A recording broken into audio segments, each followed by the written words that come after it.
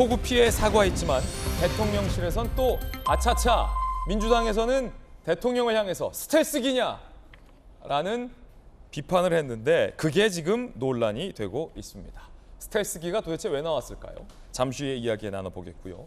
윤석열 대통령이 연 이틀 피해 현장, 폭우 피해 현장을 찾았습니다. 그리고 국민들에게 폭우 피해에 대해서 사과를 했습니다. 들어보시죠.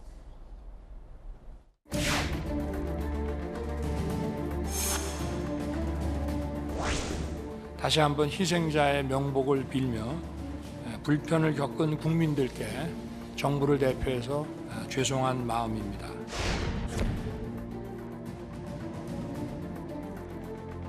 현재 국정과제 등으로 추진 중인 AI 홍수예보, 디지털 트윈, 도시 침수 하천 범람 지도 등 스마트 기술을 이용한 물재해 예보 대응 체계를 만들고자 하는 것입니다.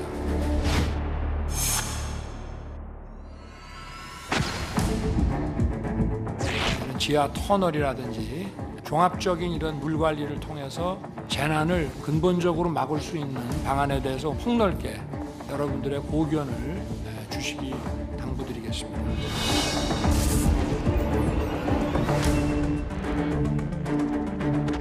다니다가 안전사고나게 문제를 함께해서 여기 지금 옹격공사라든지 이런 비용은 어떻게 해요?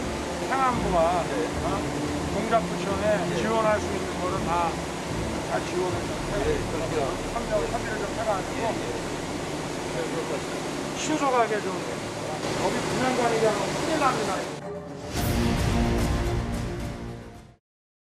연이틀 현장을 점검하고 있는 윤석열 대통령과 국민들에 대한 사과까지 이어졌습니다.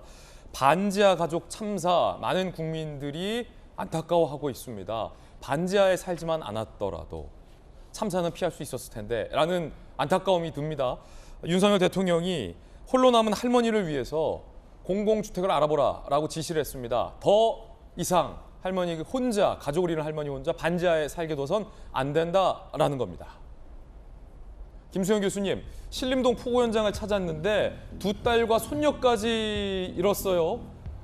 그러면은 할머니만 남게 되는 겁니까? 어떻게 되는 겁니까? 그렇죠. 이 사건에서 이제 할머니는 당시에 이제 병원에 입원 중이었기 때문에 이 화를 이제 면했는데요. 결국 할머니 입장에서 두 딸과 손녀를 잃은 셈이 되는 것이죠. 예. 너무나 끔찍한 현장이고 사실은 119에 구조 요청을 했지만 너무나 갑자기 불어난 물에 어떻게 손을 써볼 수가 없이 그냥 그 자리에서 이렇게 침수 피해로 사망하는 사고가 일어난 만큼 아마 이걸 둘러보는 윤석열 대통령의 마음도 굉장히 참담했을 것이고 반지하에서 살고 있었던 딸과 이 손녀들이 결국 안타깝게 세상을 떠났는데 만약에 할머님이 퇴원해서 다시 그 반지하 집으로 간다면 이거 정말로 쉽지 않겠군요. 너무 가슴 아픈 일이죠. 예. 자신이 딸 두 사람과 손녀까지 잃어버린 그 현장으로 다시 들어가서 산다는 건 사실 불가능하다고 볼 수 있겠습니다. 그래서 이제 윤석열 대통령도 이 할머니가 퇴원해서 돌아오셨을 때 머물 수 있는 거처를 공공임대주택을 급히 알아보라고 이제 지시를 한 것이죠.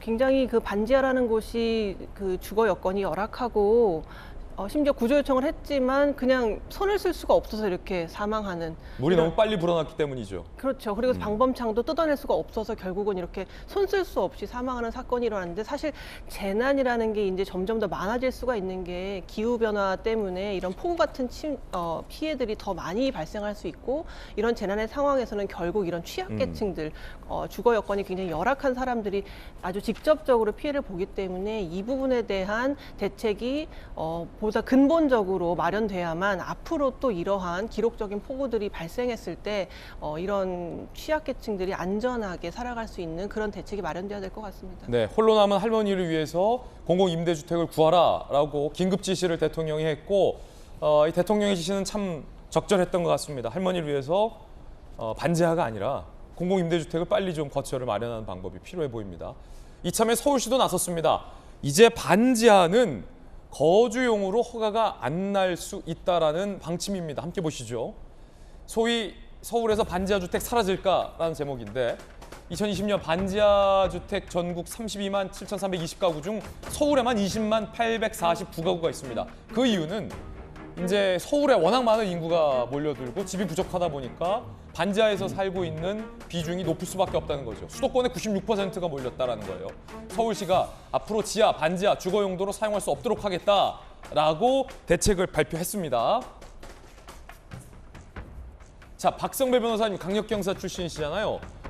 반지하 주택 일몰제가 나오고 외신에서 아예 반지하라는 영어 단어가 찾기 쉽지 않아서 BANJIHA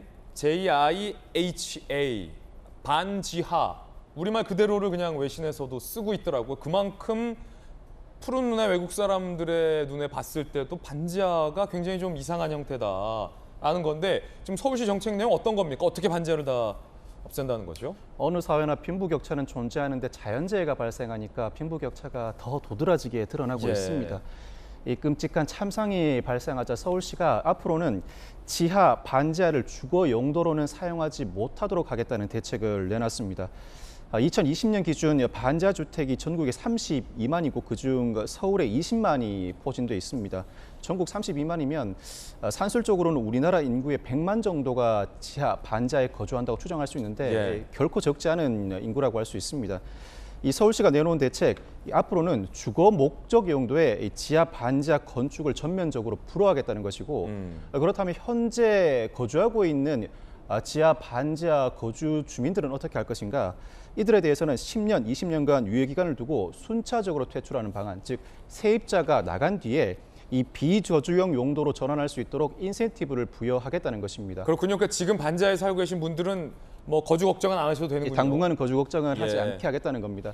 그 이후에 비계된 지하 반지하 공간은 SH공사가 사들여서 리모델링을 하고 주민의 공동 창고로 활용하겠다는 방안인데 이 서울시의 대책만으로 실행될 수는 없는 방안입니다. 우선 건축법 개정이 필요한 사안이라 정부를 통해 국회 협조를 얻어야 합니다. 뿐만 아니라 건축 허가권은 서울시장이 아니라 자치구청장이 보유하고 있습니다. 즉 구청장들도 설득을 해야 실제로 실행할 수 있는 방안입니다. 예. 특히나 이와 같은 제도가 실제로 시행될 경우에 그동안 지하 반지하에 거주하던 주민들은 사실상 취약계층인데 어디 가서 살 것인가라는 또 다른 문제도 야기됩니다.